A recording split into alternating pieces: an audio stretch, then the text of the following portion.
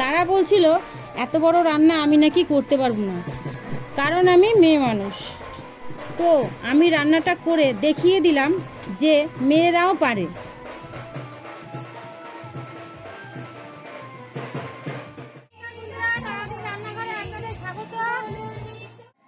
দেখুন বন্ধুরা, মাছের সংখ্যাটা অনেকটা বেশি, সেই জন্য আমার হেল্পাররা মাছ ধোয়া শুরু করে দিয়েছে সকাল সকাল।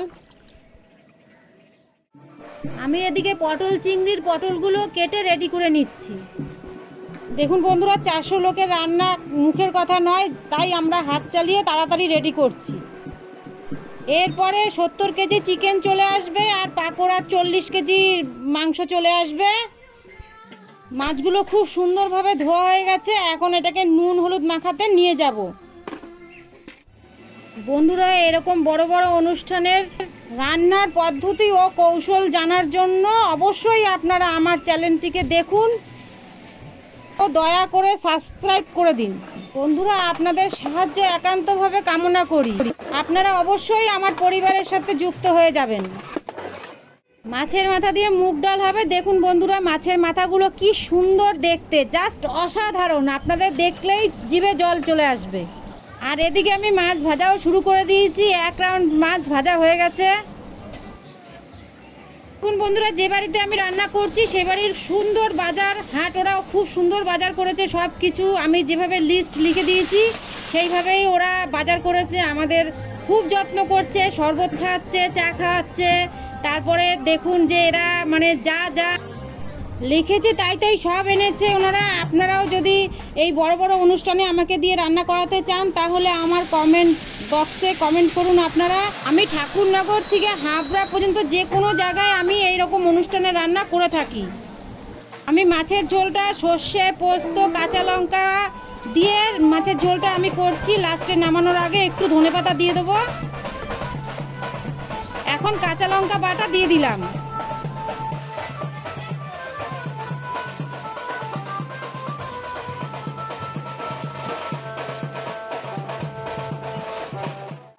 নুন দিয়ে দিচ্ছি পরিমাণ মতো।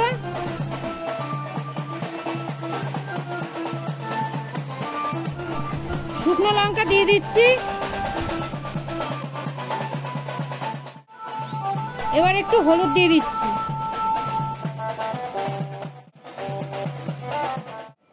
সামান্য জল দিয়ে দিচ্ছি। এখন কাজু বাটা দিয়ে দিচ্ছি। কাজু বাটাটা দিলে খুব সুন্দর একটা টেস্ট আসে। আপনারা যদি পারেন তাহলে কাজু বাটাটা ব্যবহার করতে চেষ্টা করবেন। ধনেপাতা দিয়ে দিচ্ছি। তারপরে মাছগুলো দিয়ে দেবো, দিয়ে চুবিয়ে চুবিয়ে তুলে ফেলবো আমি, যাতে মাছগুলো না ভেঙে যায়। আস্তে আস্তে তুলতে হবে। দেখুন বন্ধুরা, মাছগুলো খুব সুন্দর কিন্তু আস্তে আস্তে রয়েছে। মাছগুলো চুবিয়ে চুবিয়ে তুলে ফেলছি এখন আস্তে আস্তে, যাতে না ভেঙে যায়। আস্তে আস্তে ঝাঁঝরিটা এই করে তুলতে হবে। এখন ঝোলগুলো সব গামলায় ভাগ ভাগ করে দিয়ে দেবো।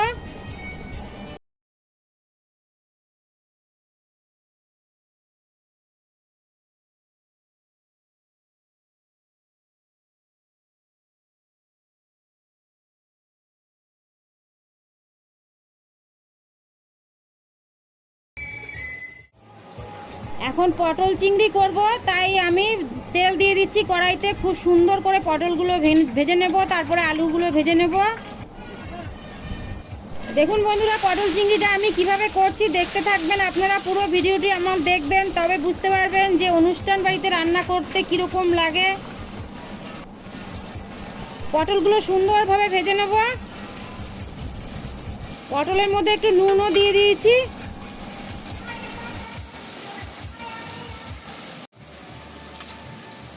পটলটা সুন্দরভাবে ভাজা হয়ে গেছে, তাই তুলে নিচ্ছি পটলটা এখন।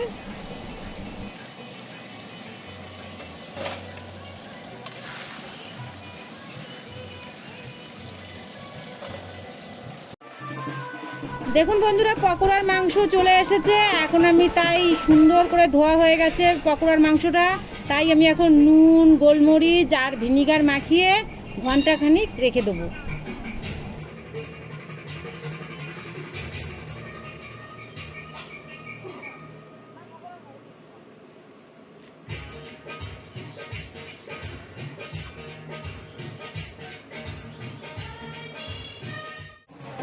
এই ফাঁকে মাছের মাথাগুলো ভেজে রাখবো।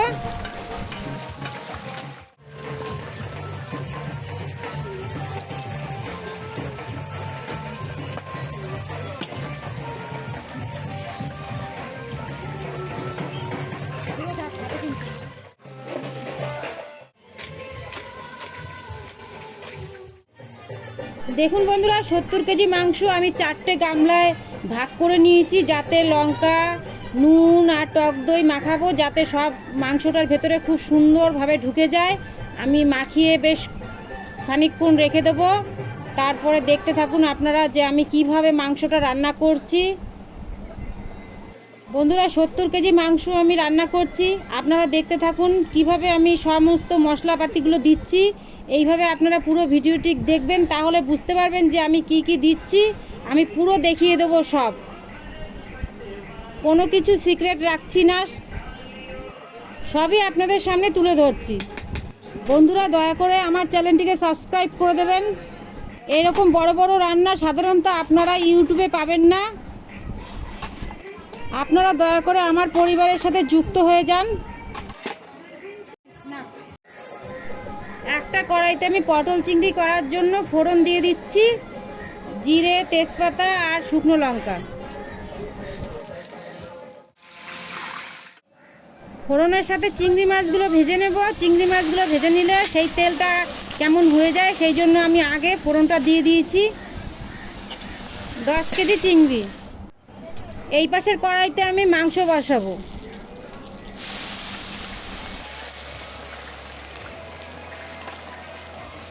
পেঁয়াজগুলো আমি সুন্দর করে ভেজে নেব, এখন একদম বাদামি রঙের মতো হবে, ততক্ষণ আমি ভাজতেই থাকবো।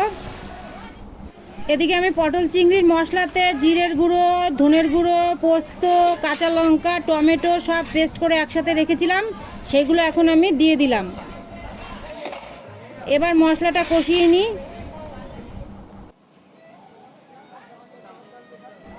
এদিকে পেঁয়াজগুলো ভাজা হয়ে গেছে, তাই আমি মাংসর মশলা পেস্ট করে রেখেছিলাম, পেঁয়াজ, রসুন, আদা, টমেটো, কাঁচা লঙ্কা একসাথে করে রেখেছিলাম, সেইটা আমি দিয়ে দিচ্ছি।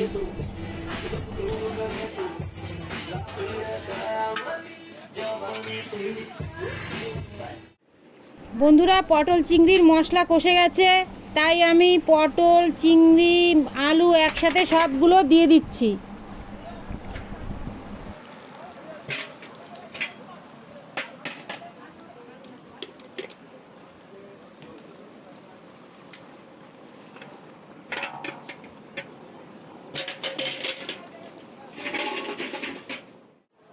পরিমাণ মতো জল দিয়ে দেবো আমি।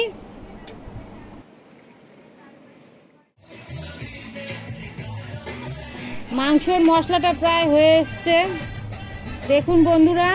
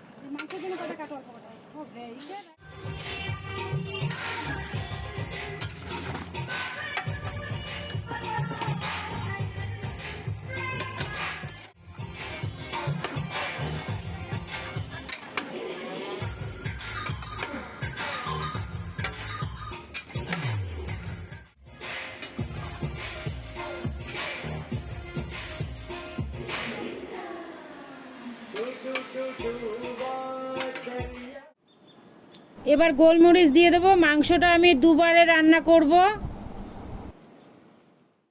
দেখুন বন্ধুরা, গান শুনে আমার হেল্পার নাচা শুরু করে দিয়েছে। এদিকে পটল চিংড়িটাও হয়ে গেছে, আমি এটা এখন 2 গামলায় ভাগ করে রেখে দেবো। দেখুন বন্ধুরা, কি সুন্দর দেখতে লাগছে, দেখেই আপনাদের জিভে জল চলে আসবে। যদি মনে হয় আমাকে দিয়ে রান্না করাবেন, তাহলে আমার কমেন্ট বক্সে আপনারা কমেন্ট করুন।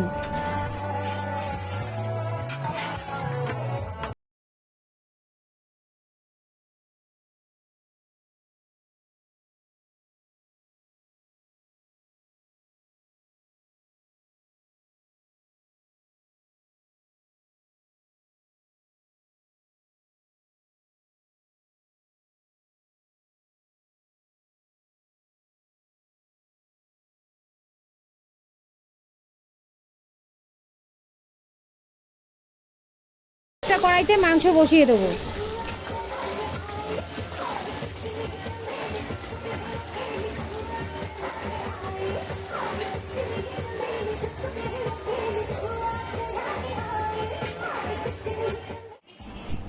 মাংস রান্না প্রায় শেষ। আমি এই জন্য গরম মশলা, ঘি আর কাশ্মীরি লঙ্কার গুঁড়োটা একটু দিয়ে দিচ্ছি। দিয়ে আস্তে আস্তে এরপরে আমি নামিয়ে নেব।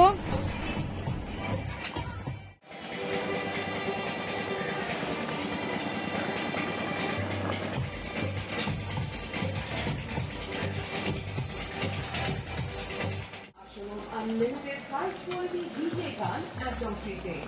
Link DJ description.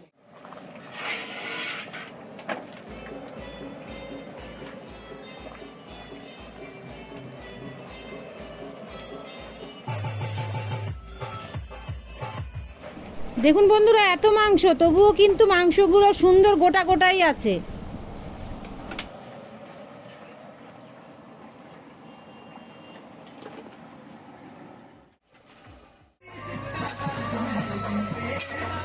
আর এক কড়াই মাংস রান্না করা শুরু হয়ে গেছে।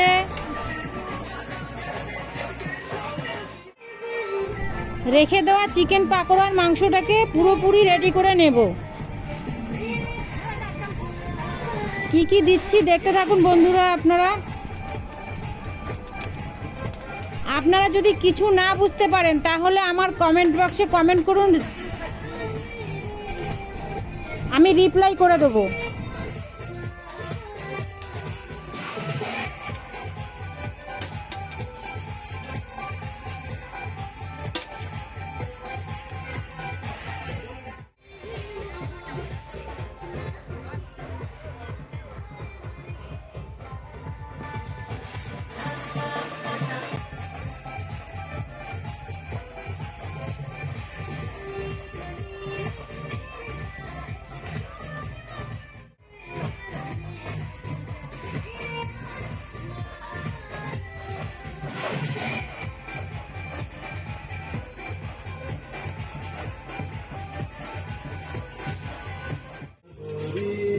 এখন ফ্রাইড রাইস করার জন্য কেটে রাখা গাজরগুলো আমি এখন ভেজে নেব। তার জন্য আমি ফোড়ন দিয়ে দিলাম।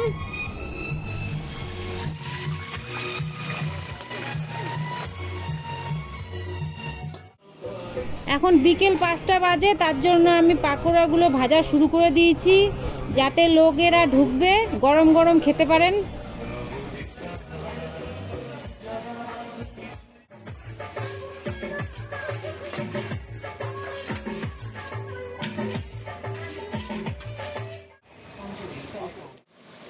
বন্ধুরা, ভিডিওটি যদি আপনাদের ভালো লেগে থাকে তাহলে আমার চ্যানেলে সাবস্ক্রাইব করে দেবেন।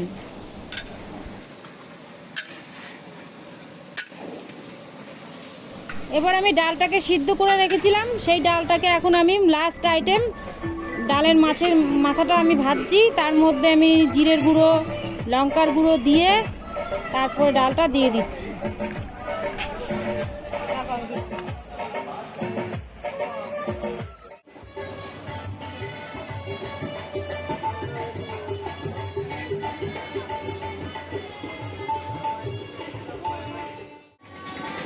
সাদা ভাত আর ফ্রাইড রাইস দুটোই হয়ে গেছে, এখন তুলে নিচ্ছি।